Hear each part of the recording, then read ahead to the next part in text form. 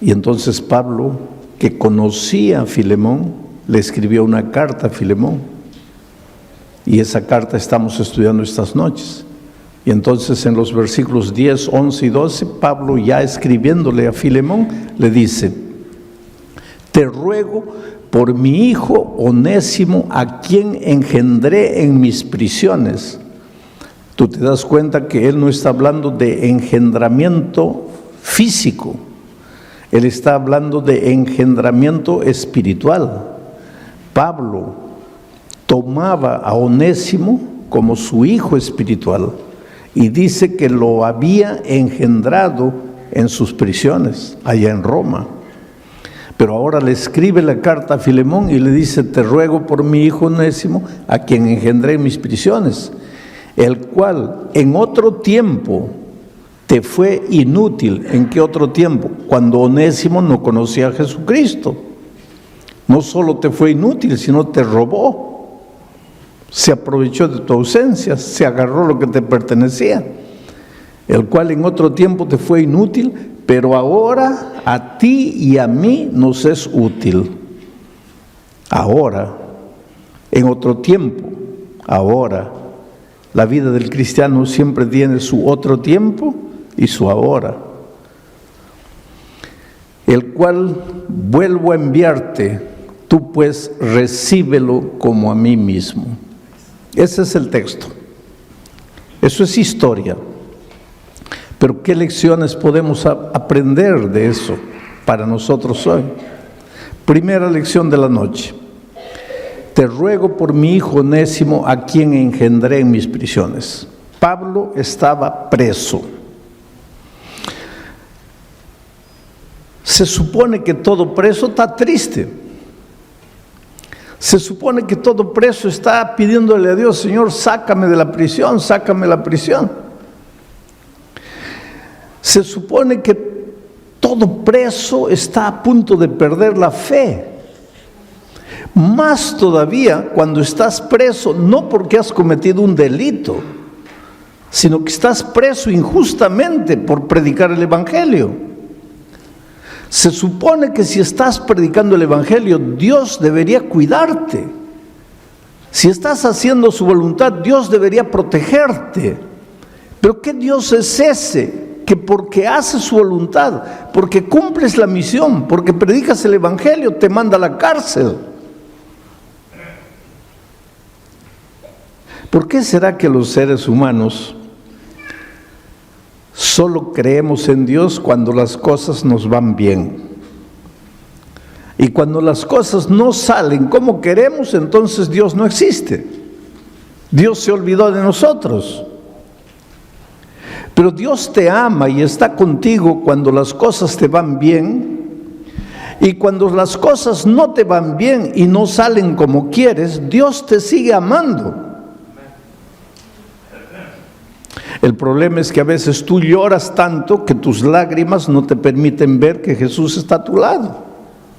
Pero Él está a tu lado. Si tú te secaras las lágrimas, si tú pararas de llorar un poco, verías que Jesús está ahí y que te sigue amando. Pero ¿por qué Dios permite que sus hijos sufran en esta tierra? Tú sabes que vivimos en un mundo de pecado, vivimos en un mundo de dolor, de conflicto. Inclusive anoche, voy a volver al texto de anoche, pero no cambien, dejen el texto como está ahí. Pero anoche decía así, mira, voy a leer de nuevo para que entiendas este aspecto del conflicto. Pablo dice: Pablo, prisionero de Jesucristo, y el hermano Timoteo, al amado Filemón, colaborador nuestro, y a la amada hermana Apia, y a Arquipo, nuestro compañero de milicia, nuestro compañero del ejército, nuestro soldado como nosotros. Soldados pelean, soldados están en la batalla, en la guerra. ¿Y te acuerdas cuando Pablo ya estaba viejito, por segunda vez preso en Roma? y escribió su epístola a Timoteo, ya le dijo así: yo ya voy a morir. He peleado la buena batalla. ¿Por qué dijo he peleado la buena batalla? Porque la vida del cristiano es batalla. Por eso llama a Arquipo mi compañero de milicia. Porque la vida del cristiano es una lucha. ¿Por qué? Porque estamos en este mundo de pecado. El diablo te trae dolor, el diablo te trae sufrimiento. Mira, tienes que entender que nada que te hace sufrir viene de las manos de Dios. Nada que te hace sufrir. Perdiste el empleo, no es que Dios te está haciendo perder el empleo. Tu hijo se metió a las drogas, no es que Dios hizo eso. Tu hogar se está destruyendo, no es que Dios quiere eso. Vino un terremoto, perdiste a un hijo, no es que Dios te mandó eso. Hubo un accidente de tránsito, tu esposa murió, no es porque Dios quiso. Nada que te causa dolor viene de Dios. Y Dios es claro cuando dice: mira los pensamientos que tengo acerca de ti. Pensamientos de amor, no de odio. Pensamientos de paz, no de guerra. Dios te ama, Dios quiere lo mejor de lo mejor para ti. Dios te creó para ser feliz. Dios no te creó para que sufrieras dolor. Por eso el dolor, las dificultades, las luchas, la muerte inclusive, son elementos extraños al ser humano. Porque Dios no nos creó con vocación de dolor, con vocación de sufrimiento, con vocación de muerte. Dios nos creó para la vida. Pero infelizmente nosotros los seres humanos arruinamos todo. Y cuando digo nosotros me estoy refiriendo a Adán y Eva. Y el otro día alguien me dijo: pero pastor, ¿qué culpa tengo yo de que esos benditos ahí metieron la pata? No le diga a los benditos allá, porque si tú hubieras estado allá hubieras hecho la misma cosa, porque la sigues haciendo hoy. Por un minuto de placer arruinas todo. Por una tontería echas todo por agua abajo. No me digas que tú habrías hecho mejor que Adán y Eva. Todos los seres humanos hubiéramos hecho la misma cosa, porque el ser humano es así. Adán y Eva sucumbieron a la idea de ser como Dios. El diablo supo tentarlos: si comes vas a ser como Dios. Hoy día nosotros no queremos ser el Dios de nuestro destino. No tomamos nuestras propias decisiones sin consultar a Dios para nada. Solo nos acordamos de Dios cuando ya llegó el dolor como consecuencia de nuestra insensatez, como consecuencia de nuestras decisiones equivocadas. Pues ahí comenzó el conflicto. Nosotros le pasamos el título de propiedad de este mundo que Dios nos confió, se lo pasamos al diablo. Ahora el diablo se siente dueño de este mundo. Colocó dolor, sufrimiento, lágrimas, muerte. Nosotros vivimos en una guerra espiritual. No es de cañones, de fusiles. Es una guerra invisible entre Cristo y Satanás. Pero esta batalla va a llegar al fin cuando Cristo vuelva. Por eso nuestra oración tiene que ser: ora, ven Señor Jesús. Pero mientras no llegue el fin, todos los días estamos en guerra. Todos los días estamos en lucha. El enemigo se deleita en traer dolor a tu vida. ¿Por qué? Para que tú en el momento del dolor maldigas a Dios. Te vuelvas contra Dios, que pienses que Dios no te ama, que pienses que Dios te ha abandonado. Lo que el diablo quiere es eso. Y a veces en el momento del dolor, tú haces justamente lo que él quería. Te trajo dolor para que maldigas a Dios y maldices a Dios en el momento del dolor. Pero qué bueno es Dios, que no te juzga porque en un momento de dolor tú blasfemas contra Él. El otro día una señora me dice: pastor, mi hijo murió en un accidente de tránsito con 3 años de edad.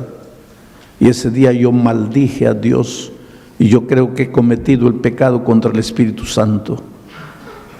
Yo creo que Dios nunca me va a perdonar. Pero yo te digo esta noche, en el nombre de Dios, Él sí te perdona. ¿Por qué? Porque Él te entiende. ¿Y por qué? Porque se hizo hombre. Ya como Dios te podría entender, pero tú pensarías: pues Dios es Dios, ¿cómo puede entenderme? Entonces, para no darte ese argumento de pensar, Él no me entiende, se hizo hombre. Y en el momento del dolor, del sufrimiento, en la cruz, Él dijo: Dios mío, ¿por qué me has abandonado? Su padre no lo había abandonado, pero su humanidad le decía: estás solo, estás abandonado. Y ahora Él con toda autoridad puede entender tu dolor, las tonterías que a veces dices en un momento de dolor. Y Él no te va a juzgar por eso. Él te ama y te comprende. Estamos viviendo en un momento, en un mundo de dolor. Ahora, una de las maneras de salir victorioso es engendrar. Pablo estaba prisionero, pero en lugar de estar lamentándose pensando que Dios lo había abandonado, que Dios lo había dejado, él estaba más preocupado en engendrar espiritualmente. ¿Qué cosa es eso? En llevar a otra persona al conocimiento de Jesucristo. Él podría estar desanimado en un rincón diciendo: ¿dónde estás, Dios? En lugar de hacer eso, cuando vio un preso nuevo que llegaba, se acercó para hablarle del Evangelio. Es que aquí hay una poderosa lección bíblica. Cuando en el momento del dolor dejas de pensar un poco en ti mismo y empiezas a pensar en el otro, tu dolor disminuye, porque la esperanza se apodera de tu corazón.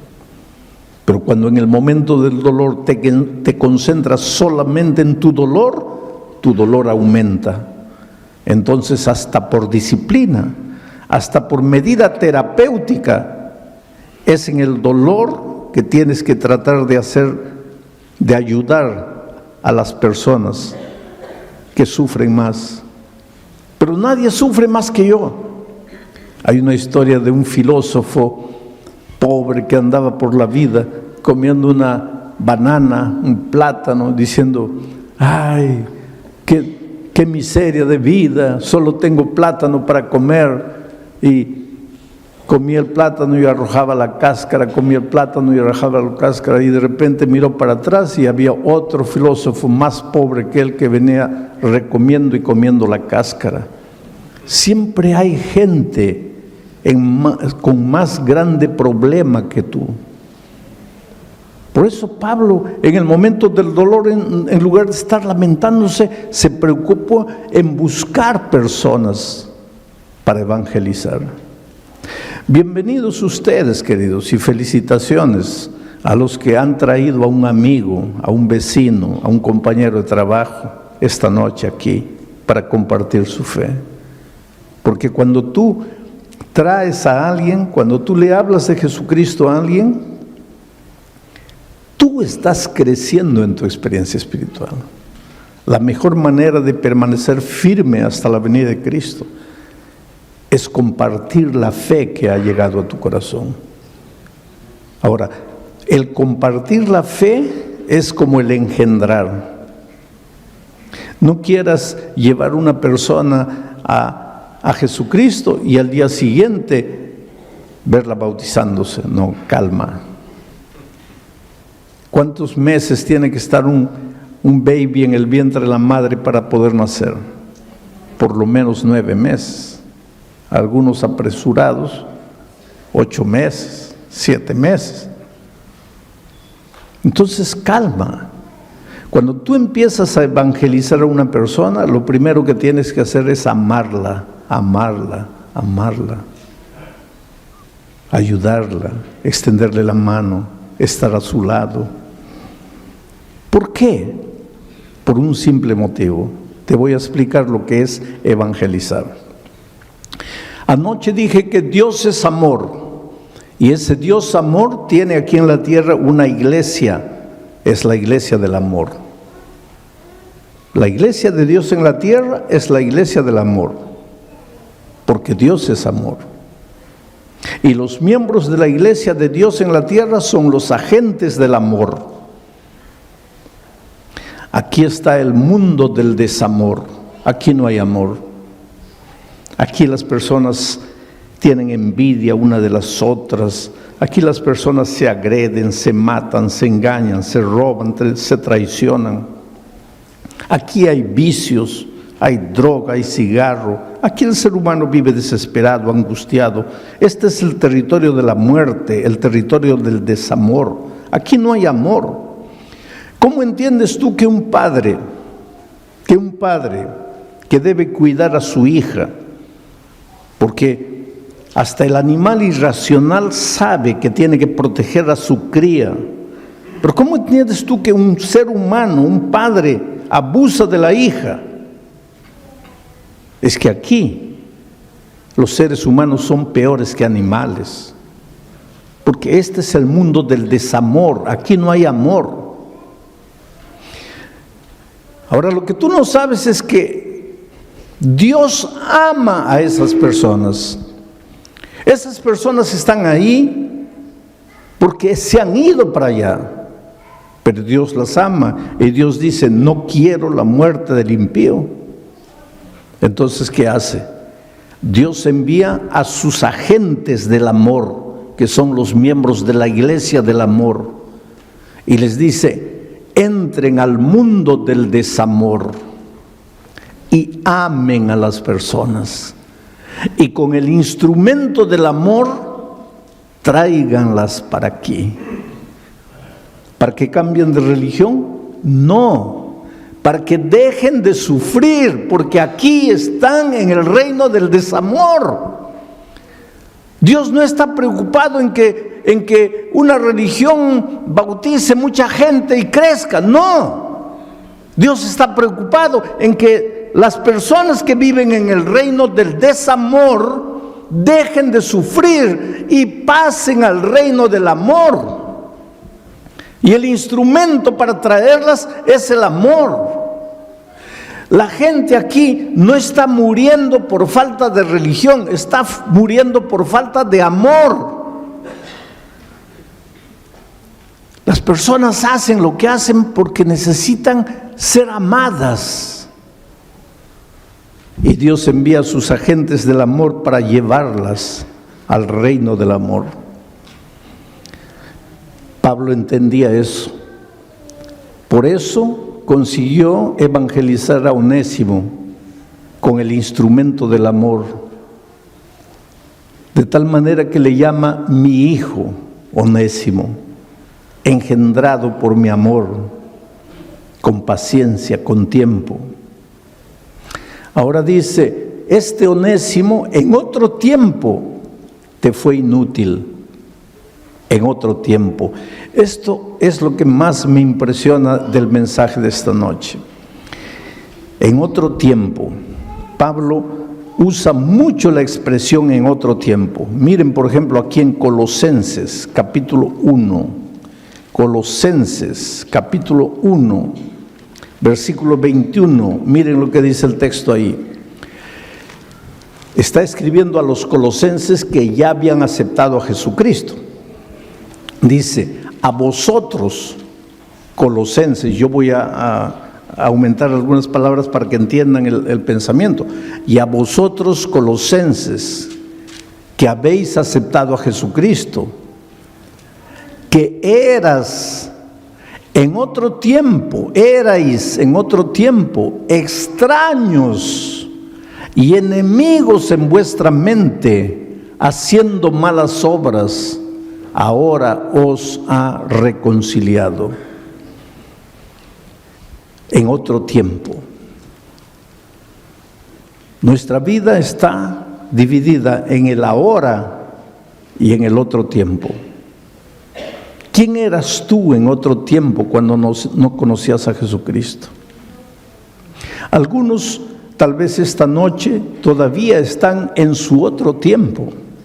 Todavía no han encontrado su ahora, porque todavía no han encontrado a Jesucristo, porque todavía no han aceptado a Jesucristo, porque Jesús marca la diferencia entre lo que eras en otro tiempo y lo que eres cuando aceptas a Jesucristo. En otro tiempo, tú no puedes hacer nada para remediar el pasado. Yo estaba el otro día en una prisión en México y cuando estaba saliendo, porque los guardias me habían prohibido hablar con los presos, acercarme a los presos, había un corredor ahí, pero un muchacho de unos 20, 21 años, llorando levantaba la mano y decía: pastor, pastor, ¿qué hice con mi vida, pastor? ¿Qué hice con mi vida? Y yo sin parar le dije: hijo, no te preocupes, ¿qué hiciste con tu vida? Preocúpate, ¿qué vas a hacer con tu vida? Lo que pasó, pasó. En otro tiempo eras inútil, dice Pablo. Te servías a ti mismo, servías a la carne, servías a los placeres de este mundo. Y eso solo te provocaba dolor, angustia, desesperación. ¿Qué cosa buena hizo el alcohol en tu cuerpo? ¿Qué cosa buena hizo el cigarro en tu cuerpo? ¿Qué cosa buena hizo la promiscuidad en tu cuerpo? En otro tiempo, ¿qué cosa ganaste? ¿Qué cosa construiste? Vivías en otro tiempo. Tu vida empieza cuando conoces a Jesucristo. Entonces pasas a ser útil, porque en otro tiempo vivías como extraño. Dice, mira, en otro tiempo erais extraños, enemigos en vuestra mente, extraños, enemigos en vuestra mente. Un ser humano con mente enemiga es un ser humano con mente violenta. ¿Y por qué tiene mente violenta? Porque no se entiende a sí mismo. El otro día un hombre me decía: pastor, yo vivo un conflicto. Yo amo a mi esposa, amo a mis hijos. Le digo: ¿y ese es conflicto? No, pastor, el conflicto está en que yo los golpeo. Yo pego a mi esposa, yo pego a mis hijos, pero yo los amo, pastor. Ahora, si yo no los amara y los golpeara, tendría lógica, pero yo los amo. Entonces, ¿por qué los trato mal? Porque tienes mente enemiga y no te das cuenta de eso. ¿Por qué sabes que la droga te está arruinando y te metes? Porque tienes mente enemiga, te quieres autodestruir a ti mismo. ¿Por qué sabes que el alcohol más tarde o más temprano va a acabar con tu hígado y lo sigues consumiendo? Porque tienes mente enemiga, no estás en paz contigo mismo. No eres feliz. Yo estaba predicando en el Estadio Nacional de Lima, 45,000 personas llenando el estadio hace años, en los tiempos del presidente Fujimori, en los tiempos terribles del terrorismo. Y una noche de junio, una noche fría, un hombre con gorro, con bufanda, con lentes oscuros en la noche, se acerca de mí y dice: pastor, yo soy un terrorista. Yo no entré aquí para escuchar la predicación. Yo entré aquí porque nosotros estamos en todos los lugares. ¿Y sabes lo que me dijo? Yo no soy malo, pastor. Yo soy un soñador. Yo sueño con un país mejor, con un Perú libre, con un Perú sano. Pero yo sé que para construir ese nuevo Perú hay que acabar con el Perú podrido. Por eso mis manos están manchadas de sangre. Por eso he matado gente. Esos movimientos, ese movimiento Sendero Luminoso hizo tanto daño al país. Entraban en poblaciones enteras, mataban hombres, mujeres, niños. ¿Para qué? Para que cuando llegaran al otro pueblo ya no les opusieran resistencia, habiendo escuchado la masacre del otro pueblo. Y este hombre ahora frente a mí decía: mis manos están manchadas de sangre. Yo he hecho todo eso que he hecho porque soy un soñador, porque quiero un Perú mejor, una nueva sociedad. Pero llorando me dijo: pastor, anoche cuando usted predicó, entendí que toda la sangre que es necesario ser derramada para construir una nueva sociedad ya fue derramada en la cruz del Calvario. Pero ¿qué quiere usted que haga ahora con mis noches de pesadilla? Cuando sueño con gente inocente pidiéndome que por piedad no las mate, y yo las maté. Oh pastor, para mí no hay perdón, para mí no hay salvación. Yo estoy perdido. A lo largo de mi vida he encontrado gente así, que mira su historia, mira su pasado y dice: pastor, usted dice que Dios me ama porque no conoce mi vida. Si conociera mi vida, usted no diría que Dios me ama. Un día estaba saliendo de un estadio en San Pablo después de la predicación y un joven me alcanza y me dice: pastor, si usted supiera quién soy yo, usted no diría que Dios me ama. ¿Y quién eres tú? Yo soy un homosexual, pastor. Pero Dios te ama, hijo.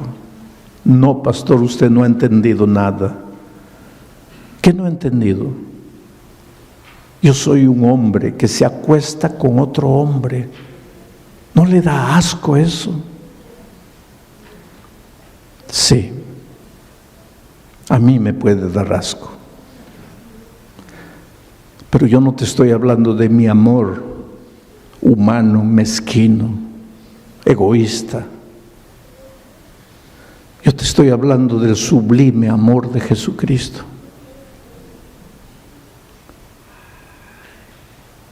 Que no te va a juzgar por lo que hiciste en otro tiempo, cuando no lo conocías.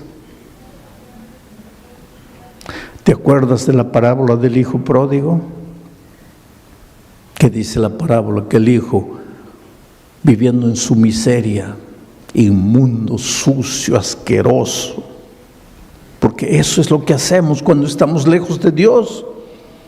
Vivimos una vida inmunda, sucia, asquerosa. Ropa manchada de estiércol de puerco, oliendo a puerco, cabellos largos, sucios, pelotas de mugre, los piojos resbalándole. En su desgracia llega a una conclusión el hijo pródigo y dice: me levantaré y volveré a mi padre. Mira lo que dice el texto, vuelve al texto anterior. Mira lo que dice: yo te devuelvo. Tu día comienza, mira tu vida, el cual vuelvo a enviarte. En el original griego dice: yo te devuelvo, te lo devuelvo. Ahí comienza la vida, cuando tú te devuelves a Dios. Cuando tú reconoces como el hijo pródigo que estás allá perdido y dices, me devolveré a mi padre. ¿Y qué dice la parábola? Que entonces el hijo pródigo se bañó, se limpió, se cortó el cabello, se echó un perfume, se vistió una ropa bonita y se fue al padre. No, dice que fue al padre así como estaba, sucio, oliendo a puerco, asqueroso. ¿Y qué dice la parábola? Que el padre lo vio y salió corriendo, y cuando llegó cerca y ya lo iba a abrazar, dijo, ¡ay, qué asco! No lo puedo abrazar así. ¿Eso es lo que dice la Biblia? No. ¿Y sabes por qué? Porque Dios jamás tendrá asco de ti. ¿Cómo podría? Si te engendró con su palabra en la creación, y cuando te perdiste, te engendró con su dolor y su muerte en la cruz. ¿Cómo podrías tener asco de ti? Eres su hijo amado. Vuelve a Jesús como estás. Devuélvete a Jesús. No eres tuyo. No te perteneces. Has hecho con tu vida lo que has querido. ¿Y qué has ganado? Puedes dormir en paz en las noches. Tu alma grita por Jesús.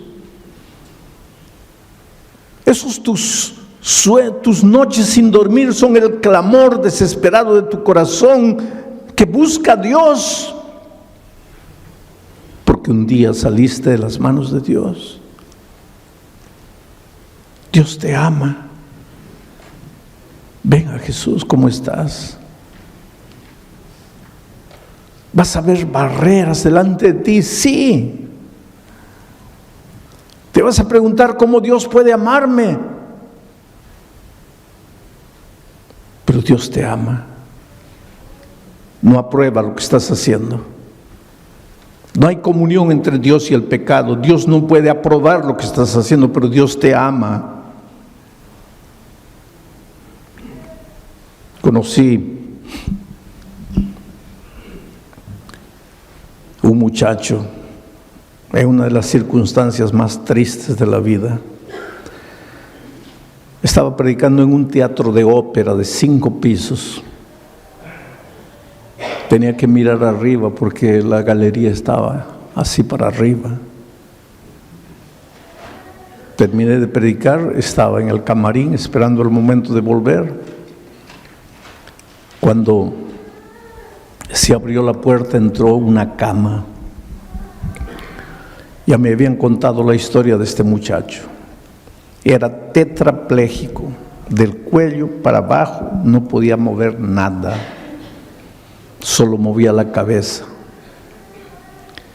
Había nacido y crecido en la iglesia. Por esas cosas de la vida se fue. Cuando fue a la universidad, un día llegó a la casa y dijo al papá, a la mamá, miren, a partir de hoy no me hablen más de religión. Yo tengo mis propias convicciones. Y si yo los respeto a ustedes, lo mínimo que espero de ustedes es que me respeten a mí. No quiero iglesia, no quiero Biblia, no quiero Dios, no quiero nada. Y pues ahora comenzó a vivir sin Dios, libre. Cuando tienes salud, cuando tienes vida, cuando tienes juventud, pues ¿para qué quieres libertad? Te vas. Un sábado, mientras los padres estaban en la iglesia, él estaba con sus amigos a la orilla del río. Carne en la brasa, cerveza, mucha cerveza, música, bailando, jugando, entrando al agua, saliendo, comiendo, bebiendo. A las 4 de la tarde, pues ya habían perdido la lucidez, porque el alcohol te lleva a eso, pierdes la lucidez, no sabes lo que haces. Dijeron, Vamos a darnos la última zambuida antes de salir. Se arrojaron desde una roca y él no vio, el agua estaba turbia, no vio que había una roca casi a flote ahí. Él cayó de cabeza en la roca, se partió el cráneo. 8 meses entre la vida y la muerte, hasta que salió, pero condenado para el resto de su vida a una cama, porque no era parapléjico, no podía siquiera moverse en silla de ruedas, él solo podía mover la cabeza, condenado para el resto de vida. Ahora, en esas circunstancias cualquiera podría volver los ojos a Dios y decir, Señor, ayúdame, pero él no. Él se rebeló contra Dios.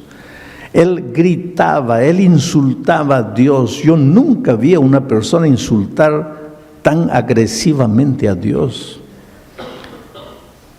Él dependía de los padres para todo y sin embargo era malcriado con los padres, les faltaba el respeto, les gritaba, los insultaba. El pastor lo visitó en la iglesia, en la casa, lo expulsó.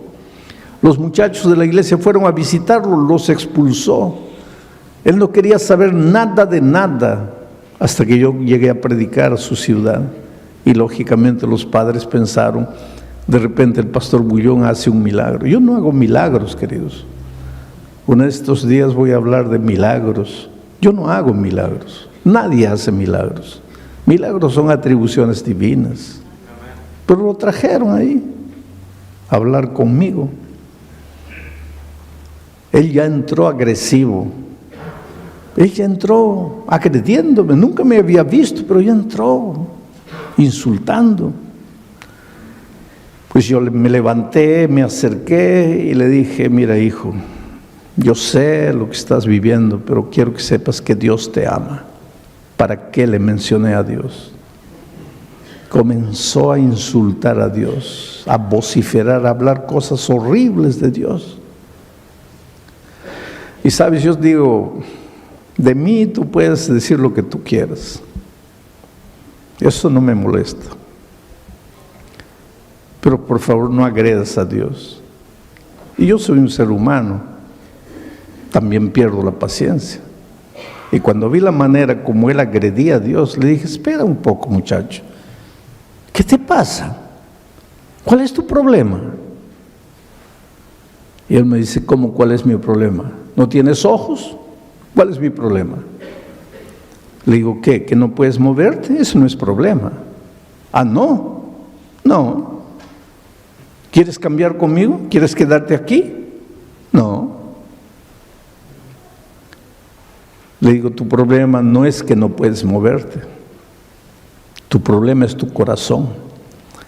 Tu corazón lleno de veneno, de odio, de rencor. Por más que te duela, te voy a hacer algunas preguntas. ¿Qué te hizo Dios para que lo insultes? ¿Te empujó al río? ¿Qué te hicieron tus padres para que los trates mal? ¿Fueron ellos que te metieron el alcohol contra tu voluntad? ¿Contra quién deberías estar molesto? ¿Por qué agredes a las personas? Tu corazón está lleno de veneno y sabes lo peor, ese veneno, ¿tú crees que me hace mal a mí? Ese veneno te envenena solamente a ti. Vas a morir envenenado por tu propio veneno, a no ser que un día levantes los ojos a Dios y le pidas que arranque el veneno de tu corazón. Ese hombre comenzó a gritar desesperado y a agredir a los padres. ¿Para qué me trajeron aquí? Yo les dije que no me trajeran. No quiero ver a este hombre, sáquenme de aquí. Y se lo llevaron. Pasaron 6, 7 años. Volví a esa misma ciudad para predicar en ese mismo teatro. Terminó la predicación, yo estaba allá atrás en el camarín y de repente la puerta se abre y entra de nuevo la cama. Y me levanté, pensé, ahora todo se va a repetir. Pero él venía con una sonrisa en el rostro. Y me dice: pastor, no tenga miedo, que no le voy a hacer nada. Y llegó cerca. Y me dice: pastor, yo vine solo a pedirle perdón. Porque la última vez que usted estuvo aquí, yo fui malcriado con usted. Pero le voy a contar mi historia. Esa noche, cuando me llevaron de vuelta a la casa, después de muchos años, por primera vez oré, conversé con Dios. Pero ¿sabe para qué? Le dije: Dios mío, si existes, mata a ese hombre. No tiene corazón, no tiene compasión. ¿Cómo es capaz de decirme las cosas que me ha dicho? Y pastor, todos los días yo le pedí a Dios que le ocurriera un accidente de tránsito, que usted muriera, que lo dejara como a mí, para que usted entendiera lo que yo estaba sintiendo. Pero su voz no salía de mi oído. Tu corazón está lleno de veneno, y ese veneno no le hace mal a nadie, solo a ti. Te va a acabar matando, a no ser que tú un día le digas a Dios: arranca el veneno en mi corazón. Pastor, pasó un año.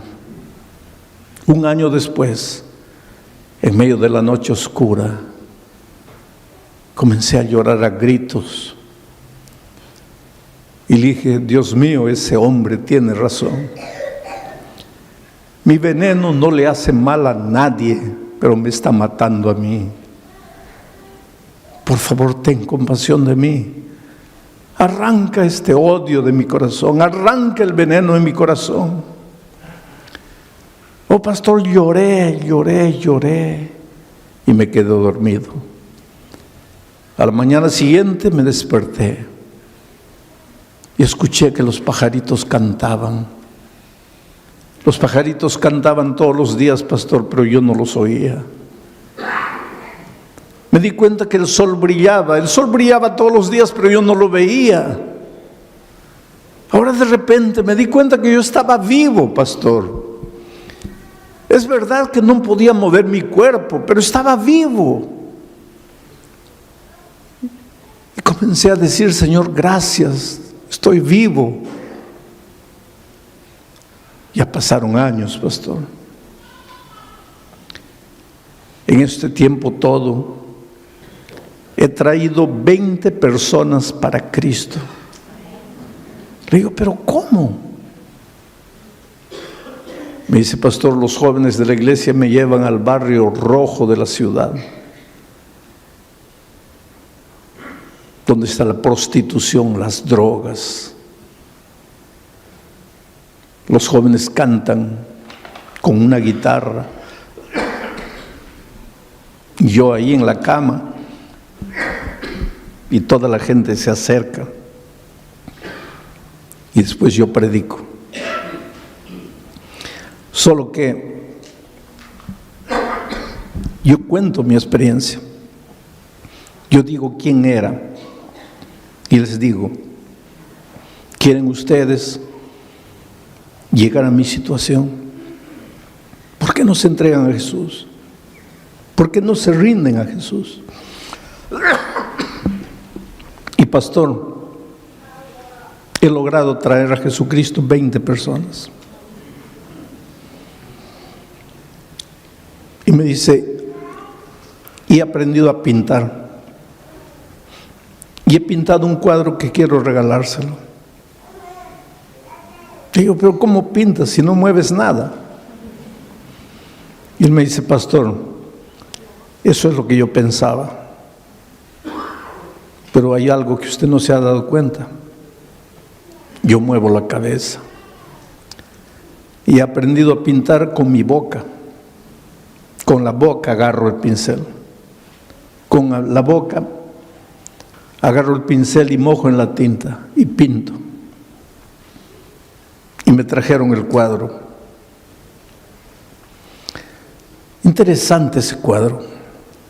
5 figuras. Aquí había un monstruo con cuernos y rabo. En la siguiente figura el monstruo ya no tiene cuernos pero tiene rabo. En la otra figura, el monstruo ya no tiene ni cuerno ni rabo.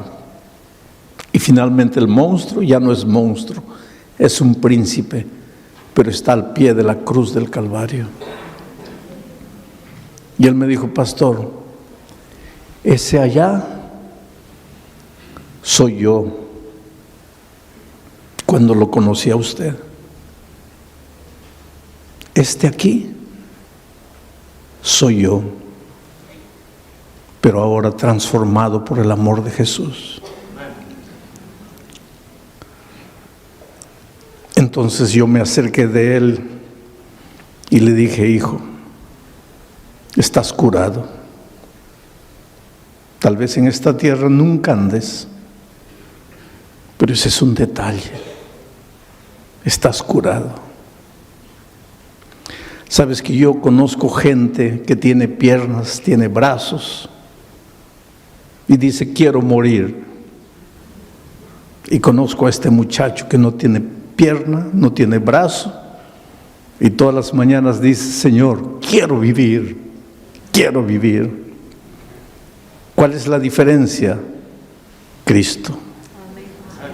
Él fue engendrado en el dolor de Jesús. Ahora, con todo esto, volvamos a leer el texto. Te ruego por mi hijo Onésimo, a quien engendré en mis prisiones, el cual en otro tiempo, cuando no conocía a Cristo, era un inútil, pero ahora a ti y a mí nos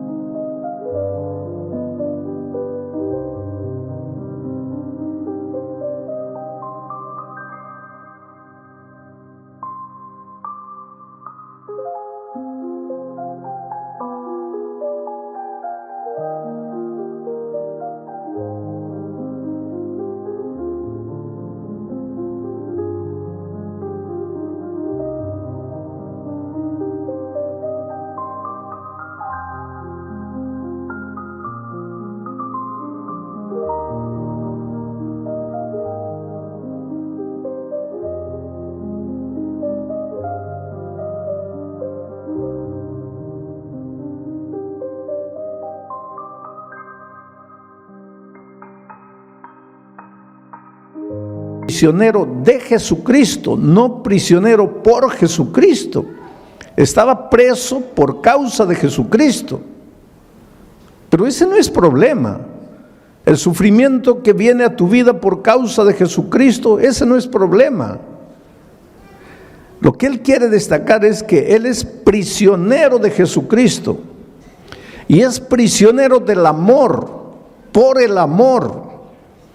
Una cosa es ser prisionero de la fuerza, por la fuerza, y otra cosa es ser prisionero del amor, por el amor. En los tiempos de Pablo había en el Imperio Romano y en todo el territorio que el Imperio Romano dominaba, había 5 millones de esclavos, por lo menos. ¿Cuántos habitantes tiene Sydney? Australia tiene 20 millones. Sydney no debe tener más de 5 millones. O sea, todos los habitantes de Sydney y más era la cantidad de prisioneros que había en los territorios que dominaba el Imperio Romano. Mucho esclavo. Ahora, tú sabes que el esclavo no tiene voluntad propia, porque el esclavo no puede ir a donde quiere, el esclavo no puede hacer lo que quiere, el esclavo no puede estudiar, el esclavo no puede comprar, el esclavo no puede vender, porque el esclavo no es dueño de nada, el esclavo no se pertenece a su señor, a su patrón. En esos tiempos habían patrones que compraban esclavos jóvenes solo para que ellos procreasen 15, 18, 20 hijos. ¿Para qué? Para vender a los esclavitos, porque ellos, los esclavos, no eran dueños ni de sus propios cuerpos ni de sus hijos. El esclavo no tenía vida. En el fondo, al terminar la serie de estudios de Filemón, tú te vas a dar cuenta que todos nosotros somos esclavos, esclavos del pecado, esclavos de las circunstancias, esclavos de hábitos, esclavos de nuestro carácter, esclavos del dinero, esclavos de los placeres, esclavos, en el fondo, todos esclavos de un enemigo que quiere destruirte, que quiere verte infeliz, que quiere arruinarte. En los tiempos de Pablo había unos hombres ricos llamados mecenas. Después, más adelante, los mecenas fueron conocidos como hombres ricos que ayudaban a artistas, a pintores, a escritores, a músicos. Pero originalmente el mecenas era un hombre rico que tenía un gran corazón, que veía cómo los patrones esclavizaban y masacraban y hacían sufrir a su esclavo. Entonces ese hombre rico, como tenía mucho dinero, iba y le decía al patrón: ¿cuánto quieres por este esclavo? $10,000. Muy bien, aquí están tus $10,000, dame al esclavo. Entonces se lo llevaba al esclavo a su tierra, a su casa. Y cuando llegaba aquí le decía: mira, te he comprado, pero ahora estás libre. ¿Cómo libre? Libre. Pero no has pagado $10,000. Sí, pero no he pagado $10,000 para esclavizarte. He pagado $10,000 para darte la libertad. Estás libre. Y ese esclavo se sentía tan comprometido, tan sensibilizado, que a veces le decía: mira, gracias, pero no quiero ser libre. Yo quiero ser tu esclavo. Y entonces el mecenas le decía: está bien, si quieres puedes quedarte en casa. Sí, pero te voy a servir. Está bien, si quieres puedes servirme, pero recuerda que lo vas a hacer por amor, no por la fuerza. Allá eras esclavo por la fuerza. Aquí, si tú quieres, puedes seguir siendo esclavo, mas ahora vas a ser esclavo por amor. Me sirves no por obligación, me sirves porque quieres, me sirves porque me amas, me sirves por gratitud, no por obligación. Entonces, en este mundo, querido, tú tienes que escoger: o ser esclavo del enemigo de las almas por la fuerza, o ser esclavo de Jesucristo por amor. Por eso Pablo se identifica aquí como esclavo de Jesucristo por amor. Y ahora tú te preguntas: pero pastor, ¿no es la misma cosa? No, no es la misma cosa. Cuando tú le entregas la vida a Jesucristo, es porque te enamoras de Él. Porque entiendes que un día tú estabas aquí en la miseria, oprimido. Queridos, esto aquí no es vida. Esto aquí no es vida. Eres esclavo de cosas, de detalles. El enemigo te tiene aquí masacrado. Por eso Pablo en su epístola a los Colosenses le llama a esto el reino de la muerte. Tú te escapas del Señor Jesucristo, vienes para esta tierra pensando que vas a ser libre y te entregas al reino de la muerte. Aquí no eres feliz. Aquí tu hogar se destruye. ¿Por qué? Porque tú mismo estás destruido por dentro. Y Jesucristo viene, ingresa al reino de la muerte. Y te compra, no con oro ni con plata, no te compra por $10,000, te compra con su sangre preciosa. Y te lleva al territorio de la vida y te dice: hijo, ya pagué el precio, ya no necesitas vivir sufriendo como antes, estás libre. Y ahora tú amas al Señor Jesucristo y le dices: Señor, está bien, estoy libre, pero te voy a servir por amor.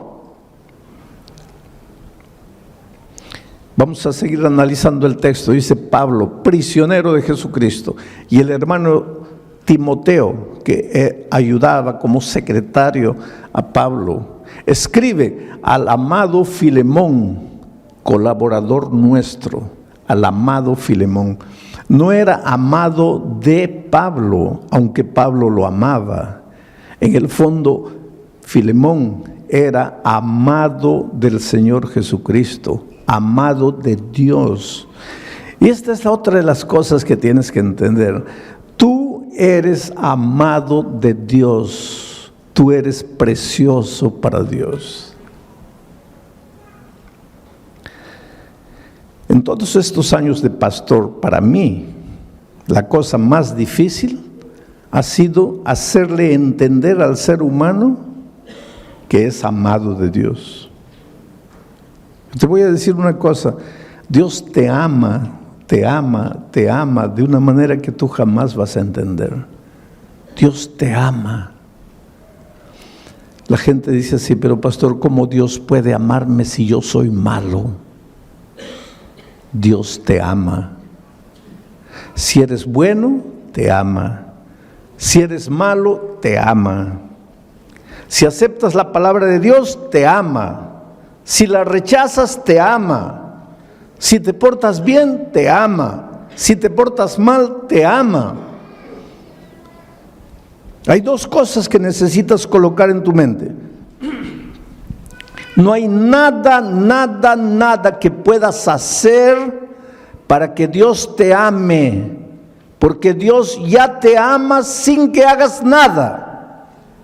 Y hay otra verdad: no hay nada que puedas hacer para que Dios deje de amarte, porque hagas lo que hagas, Dios siempre te va a amar. El otro día un viejito, un ancianito, me dice: pastor, no diga eso. ¿Por qué?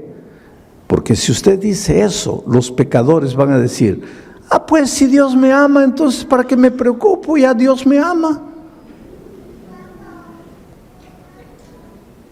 Quiere decir que yo tengo que adaptar lo que Dios dice a mi manera de pensar. No puedo. A mí humanamente, los que merecen amor son los buenos. Los malos no merecen amor. Eso es para mí como ser humano. Pero Dios es Dios.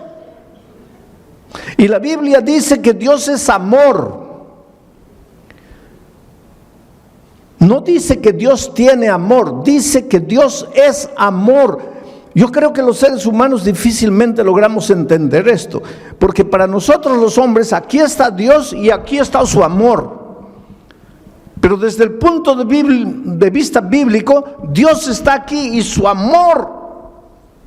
No hay separación entre Dios y su amor. Dios es amor. Y para que entiendas bien esto, te voy a hacer una ilustración tonta, porque esta ilustración es tonta.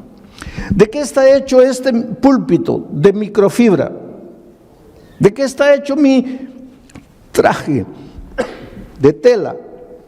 ¿De qué está hecho mi zapato? De cuero. ¿De qué está hecho este micrófono? De metal. Y ahora viene la pregunta tonta: ¿de qué está hecho Dios? Pues es una tontería. Dios no está hecho. Dios es Dios. Pero solo para que entiendas, y si estuviera hecho Dios, ¿de qué estaría hecho? ¿Cuál es la sustancia de su ser? ¿Cuál es la esencia de su ser? Pues Dios es amor. Por lo tanto, cuando tú dices, si te portas mal, Dios te va a dejar de amar, ¿qué tontería estás diciendo? Estás diciendo, si te portas mal, Dios va a dejar de ser amor. Dios nunca va a dejar de ser amor. Dios nunca va a dejar de amarte. Él es Dios, Él es amor. Él jamás te va a dejar de amar. Entonces, pastor, no necesito preocuparme porque ya estoy salvo. No digas eso. Porque yo te estoy hablando del amor de Dios, no te estoy hablando de la salvación.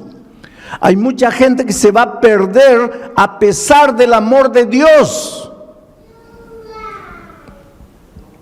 Porque el amor de Dios no te va a salvar. Para salvarte necesitas aceptar el amor de Dios. Y cuando tú estás aquí en el territorio de la muerte, tú no quieres a Dios. Dios te ama. ¿Acaso Dios no dice, no quiero la muerte del impío, sino que se arrepienta y regrese?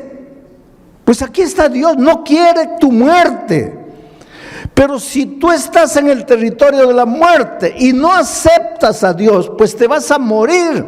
No porque Dios dejó de amarte, sino a pesar de que Dios te ama. Querido, nunca te preguntes, ¿dónde está Dios cuando el dolor llega a tu vida? Porque Dios está siempre en el mismo lugar. No es Dios que te deja, eres tú que deja a Dios. No es Dios que te abandona, eres tú que lo abandonas. No es Dios que se separa de ti, eres tú que te separas de Él. Dios está siempre llamando. Desde el Génesis hasta el Apocalipsis, Dios llama. En el jardín del Edén, Adán, ¿dónde estás tú? En el libro de Apocalipsis, el último capítulo, las últimas palabras, y el Espíritu y la iglesia digan, ven, y el que oiga, venga, y el que tenga sed, venga y beba del agua. Llamado, Dios llama, hijo, ven. ¿Por qué? Porque tú estás aquí, tú te has separado de Dios, tú te has venido aquí, y aquí tú puedes hacer lo que quieras para ser feliz, pero siempre vas a estar vacío. Llega la noche, no puedes dormir, tienes ganas de llorar, no sabes por qué, te esfuerzas, nada te sale bien, te casas lleno de amor, en poco tiempo tu hogar está destruido. Traes al mundo un hijo con alegría, lo educas, lo amas, cuando llega a grande él se destruye solo. No sabes qué hacer, no tienes paz. ¿Por qué? Porque estás separado de Dios. Aquí en el territorio de la muerte puedes hacer lo que quieras. Nunca vas a estar completo. Necesitas devolverte al Señor Jesucristo. Aquí eres esclavo del enemigo por la fuerza. Necesitas ser esclavo del amor, por el amor. Y eso es lo que Pablo dice. Pablo, prisionero de Jesucristo, y el hermano Timoteo, al amado Filemón, colaborador nuestro, y a la amada hermana Apia y Arquipo, nuestro compañero de milicia. ¿Quién era Apia, esposa de Filemón? ¿Quién era Arquipo, hijo de Filemón y de Apia? Interesante que Pablo dice que en la casa de ellos había una pequeña iglesia. La iglesia cristiana en sus orígenes no construyó templos. Tú sabes que el primer templo fue construido por un emperador muy conocido por nosotros, porque ese emperador tuvo dos ideas, entre comillas, extraordinarias para él y para el enemigo de Dios. ¿Sabes cuáles fueron esas dos ideas? La primera idea, cambiar el día de reposo del sábado para el domingo. ¿Cómo se llamó ese emperador? Constantino. Pero él tuvo una segunda idea, construir un templo, porque hasta Constantino nunca se había construido templos. Y te estoy hablando del siglo III. ¿Y dónde se reunía la iglesia cristiana en sus primeros años? En las casas o en las sinagogas, porque habían judíos enteros que se convertían y la sinagoga se quedaba vacía. Y entonces se reunían en las sinagogas. Pero en la sinagoga no había púlpito, la gente no estaba ahí y el predicador aquí. En la sinagoga las bancas eran así. Entonces se conversaba, se estudiaba. Y después en las casas. Y en la casa de Filemón estaba su esposa Apia, su hijo Arquipo, y ellos se reunían en la casa para estudiar la palabra de Dios, invitaban a sus vecinos. Y entonces esa familia de 3 ya tenían 4, 8, 10 estudiando la palabra de Dios. Y cuando ya se hacía un grupo que no cabía en la sala, entonces se dividía el grupo y se abría en otra casa. Y cuando se llegaban a 12, se dividían y se iban a otra casa. Y la iglesia se multiplicaba de esa manera. Pero entonces Constantino inventó el templo. Como él se convirtió al cristianismo entre comillas, pues ahora tenía todo el dinero del gobierno, construyó un templazo enorme y las personas salieron de las casas y se fueron al templo. Y ahí entró el problema. Se acostumbraron a quedarse sentadas oyendo a un hombre y desapareció la vida de la iglesia. Si tú quieres devolverle vida a la iglesia, no digo ahora que no nos reunamos como cuerpo todos en un templo, pero la vida de la iglesia tiene que estar en las casas, en los grupos pequeños en las casas. Esto es bíblico. Y en los lugares donde la iglesia ha vuelto a vivir en las casas, la iglesia crece espiritualmente y se multiplica, porque es más fácil para el vecino caminar 10 pasos a la casa del vecino que caminar 15 kilómetros hasta el templo. Entonces la vida está en las casas. Era así que la iglesia se multiplicaba en los primeros años. Pero mi mensaje esta noche está en el último versículo. Gracia y paz a vosotros, de Dios nuestro Padre y del Señor Jesucristo. Esa no es una simple manera de saludar, gracia y paz. Allí está la esencia de la vida cristiana. Porque para ser feliz en la vida, para ser próspero, necesitas primero paz. Un hombre que no tiene paz, una mujer que no tiene paz, no puede ser vencedor. Si tú te preguntas, pastor, ¿por qué nada me da resultado en la vida? Yo te respondo en el nombre de Jesucristo, no tienes paz en tu corazón. Y la paz no es resultado de tratamiento psicológico, no es resultado del análisis, del psicoanálisis. La paz es resultado de la gracia. Si tú aceptas la gracia de Jesucristo, el resultado va a ser la paz. Pero quiero explicarte esto. El ser humano es como un triángulo. Tiene un lado mental, emocional. Aquí, este lado, mental, emocional. ¿Por qué coloco en el mismo lado la mente y las emociones? Porque nosotros somos interesantes. Yo te amo con todo mi corazón. Nadie ama con el corazón. El corazón es un órgano del cuerpo que solo tiene una función. Su función no es amar. Su única función es bombear sangre. Nadie ama con el corazón, se ama con la cabeza. Pero poéticamente es, te amo con todo mi corazón. Tu pobre corazón está bombeando sangre, no está ni preocupado en amar. Quien ama es tu cabeza. Una persona odia con la cabeza. Una persona peca comenzando con su cabeza. Una persona se resiente con su cabeza. De aquí nacen las emociones. Por eso todos los seres humanos tienen un lado mental emocional. Tienen un lado físico. Tienes hambre, tienes sueño, te cansas, tienes un lado físico, un cuerpo. Y tienes un lado espiritual. Todas las personas tienen este lado espiritual. La felicidad en la vida, si quieres ser feliz, es simple. Este triángulo tiene que estar perfecto. Cuando este triángulo se desregula, eso se llama infelicidad. Cuando este triángulo se va para aquí o se va para allá, cuando este triángulo se deforma, allí surge el desorden humano. Por eso, para ser plenamente feliz, el triángulo tiene que estar perfecto, así. La base de ese triángulo es esto, el lado espiritual. El lado espiritual es lo que le da sustentación al triángulo. Cuando tu lado espiritual va bien, tu lado emocional, mental va bien y tu lado físico va bien.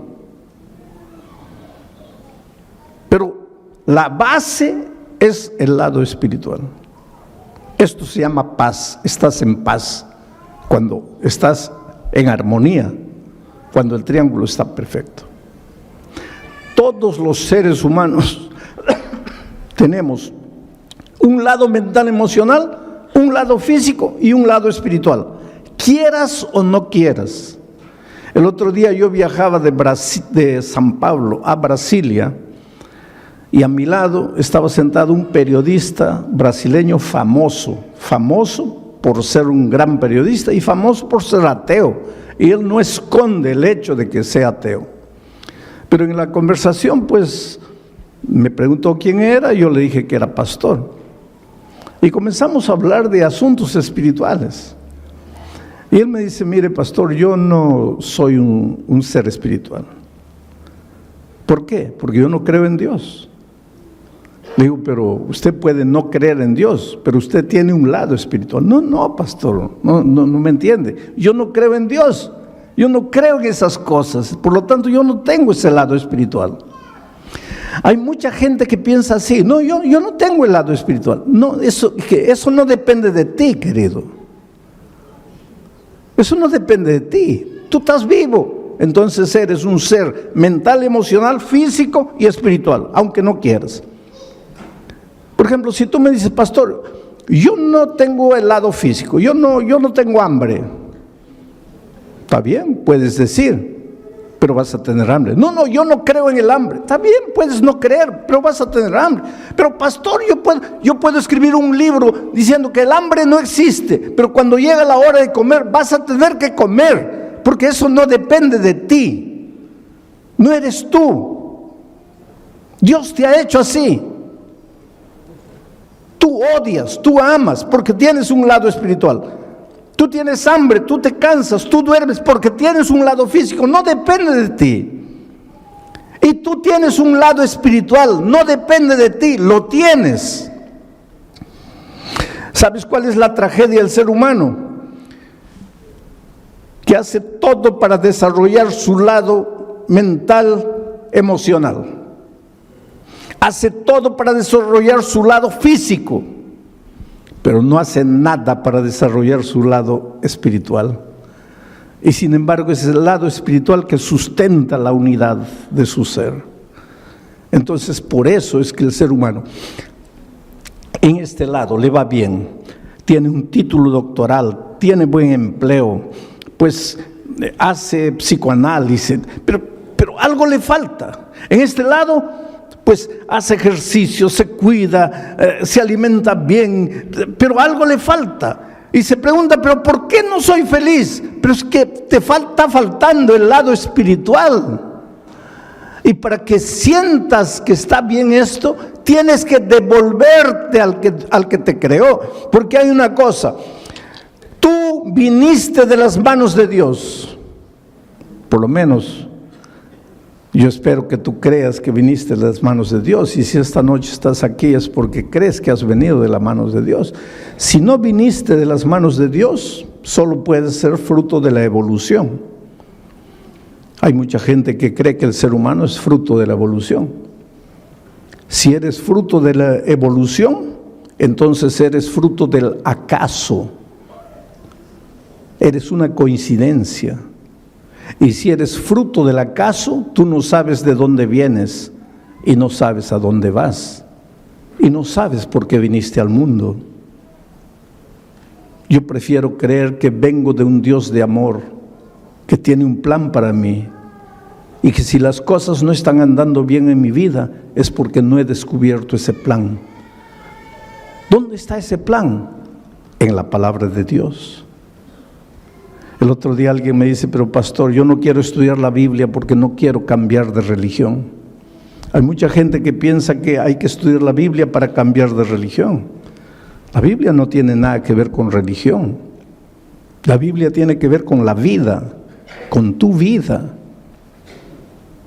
Por eso Pablo, cuando empieza su carta, dice, te deseo paz, pero nunca vas a tener paz si primero no tienes gracia. ¿Qué cosa es gracia? Viene de la palabra gratis. No tienes que hacer nada para salvarte. No tienes que comprar la paz. No tienes que comprar el sueño. No tienes que comprar el amor. Tú no eres salvo porque merece. Nadie merece. Todos estamos destituidos de la gloria de Dios. Todos hemos pecado. Tú necesitas gracia. Tú necesitas ser amado. Tú necesitas devolverte. Tú necesitas reconocer que lejos de Jesús nunca serás feliz. Por eso estas 4 noches te voy a mostrar tu necesidad de Jesucristo. Pastor, ¿esto que acabo de predicar funciona? Claro que funciona. Y te voy a mostrar ahora con una historia de la vida real cómo esto funciona. Yo estaba predicando hace algunos años atrás en la ciudad de Santa Cruz de la Sierra, en Bolivia. ¿Hay algún boliviano aquí? Ah, bueno, ahí hay una señora boliviana, qué bueno. ¿No es de Santa Cruz de la Sierra? No, muy bien. Yo estaba predicando en Santa Cruz de la Sierra. Ahora en el mes de septiembre vuelvo a Santa Cruz de la Sierra, vuelvo a Bolivia para predicar 4 noches, una en La Paz, otra en Oruro, otra en Cochabamba y otra en Santa Cruz. Pero yo estaba predicando en Santa Cruz en un estadio así cubierto para unas 5,000 personas. Y pues todas las noches cuando yo termino de predicar hago un llamado. Pido a las personas, ¿cuántos quieren aceptar a Jesucristo y venir aquí adelante? Esta noche también voy a hacer una invitación. Más adelante, ahorita no. Pero ¿por qué digo que las personas se levanten y vengan? Por un simple motivo. Yo no soy simplemente un expositor de un tema. Yo soy un pastor, yo soy un predicador. Y mi misión no es solo exponerte un tema y decirte que Dios te bendiga. Mi misión es llamarte, traerte a Jesucristo. Es hacer que tú le abras el corazón a Jesús. Y es por eso que al final de mi mensaje siempre digo, ¿cuántos quieren levantarse y venir y entregar la vida a Jesucristo? Y eso es lo que hice allá en Santa Cruz de la Sierra. Y la primera persona que se levantó fue un borracho, un ebrio. Pero no era un ebrio porque hay un ebrio que se puede controlar. Este pobrecito estaba acabado por la vida y vino por el corredor así todo tambaleándose. Y pues lógicamente que la gente comenzó a reír porque seguramente pensaba, ese pobre hombre no sabe ni entiende lo que está haciendo. Y el pobrecito vino aquí y se paró aquí y ni podía estar firme, aquí también estaba todo así. Y lloraba. Y pues tampoco eso es raro porque los borrachos lloran por todo, ¿no? Entonces estaba ahí llorando. Pero lo que me llamó atención es que era un andrajoso, ropa sucia. Se notaba que esa ropa no salía de su cuerpo hace meses. Todo mugriento. Cabello largo, sucio. Barba. Y olía mal, olía feo. Porque después de él, mucha gente comenzó a venir. Pero cuando llegaban cerca de él, así con discreción se retiraban un poco distante, porque no podían aguantar el olor de ese hombre. Horrible. Pero ahí estaba él. Bueno, terminó esa noche. La siguiente noche dije así: los que anoche se han levantado, ya no se levante hoy, porque anoche ya se levantaron. Hoy día yo quiero que se levanten solo los que no estuvieron anoche. A ver, ¿quién es la primera persona que se va a levantar? ¿Y quién aparece ahí atrás? El borracho nuevo. Y llega aquí. Y pues la gente ahora sí se largó a reír, porque dijo, ahí está la prueba de que no entiende nada, porque si el pastor dijo que los de anoche ya no se levantan y él vuelve a levantarse, pues está borracho. La tercera noche, pregunto, ¿quién es la primera persona? Y yo pensé, el borracho va a aparecer. No apareció. La otra noche no apareció, bueno, pensé ya no vino más. Pero la última noche hice otra invitación. Dije, mire, todas las noches les he llamado para que ustedes se levanten y vengan y le entreguen la vida a Jesucristo. Pero esta noche quiero invitarles, ¿cuántos quieren bautizarse? Y la primera persona que se levantó fue un hombre, camisa blanca, pantalón jeans, y traía una Biblia en la mano, y venía así.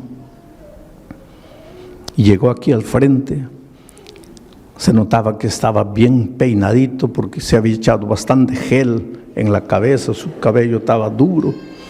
Y aquí al frente con su Biblia así lloraba y lloraba y lloraba. Mucha gente vino esa noche. Y yo le dije, espera, yo te conozco a ti. Y él levantó la cabeza y dice, pastor, el borracho soy yo. Pero no estaba borracho. Estaba sano, se había bañado, se había cortado el cabello, la barba, estaba bien vestido. Bueno, terminó aquella noche, comenzó el bautismo, yo me fui al camarín, estaba sentado ahí. Cuando salgo lo veo en el corredor llorando. Y me acerco y le digo, oye, ¿qué fue? Y él dice, pastor, es que yo quise bautizarme esta noche, pero los hermanos no quieren. Dicen que si el domingo yo he estado borracho, ¿cómo me voy a bautizar hoy día? Ellos quieren que yo espere.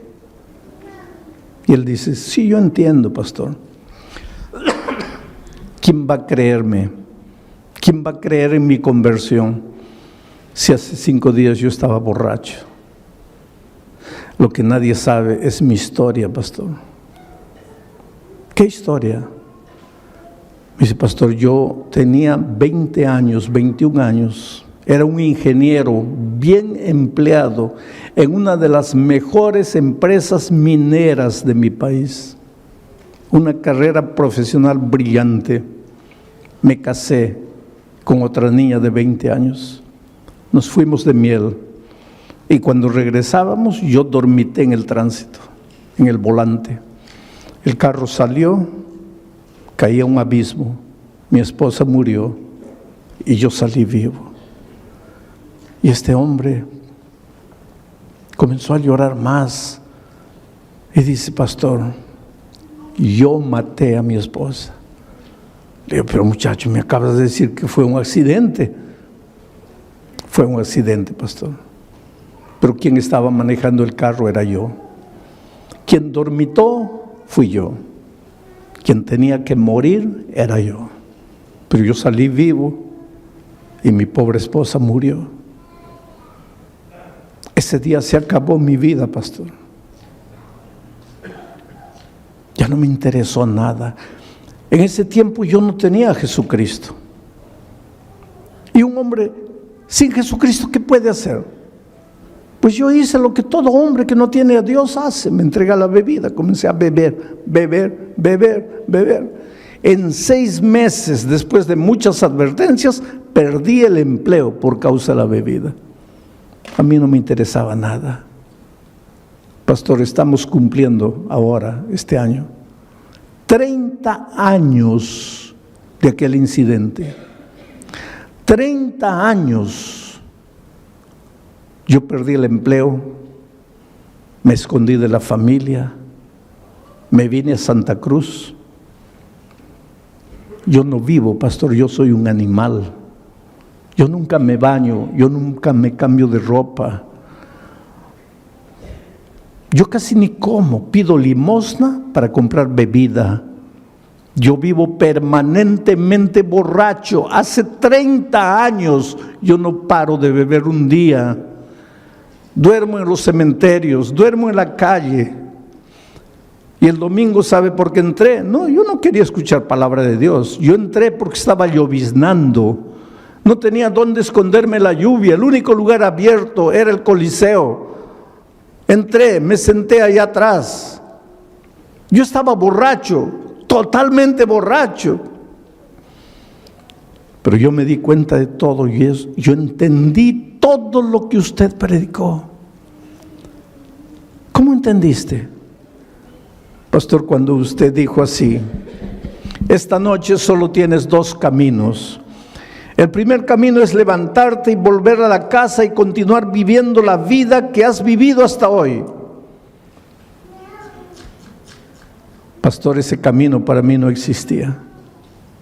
Yo me iba a levantar para volver a qué casa si yo no tenía casa. Para continuar viviendo la vida. ¿Qué vida si yo no tenía vida? Por lo tanto, ese primer camino no existía para mí. Ahí usted dijo: hay un segundo camino, levantarte y venir aquí y entregarle la vida a Jesús.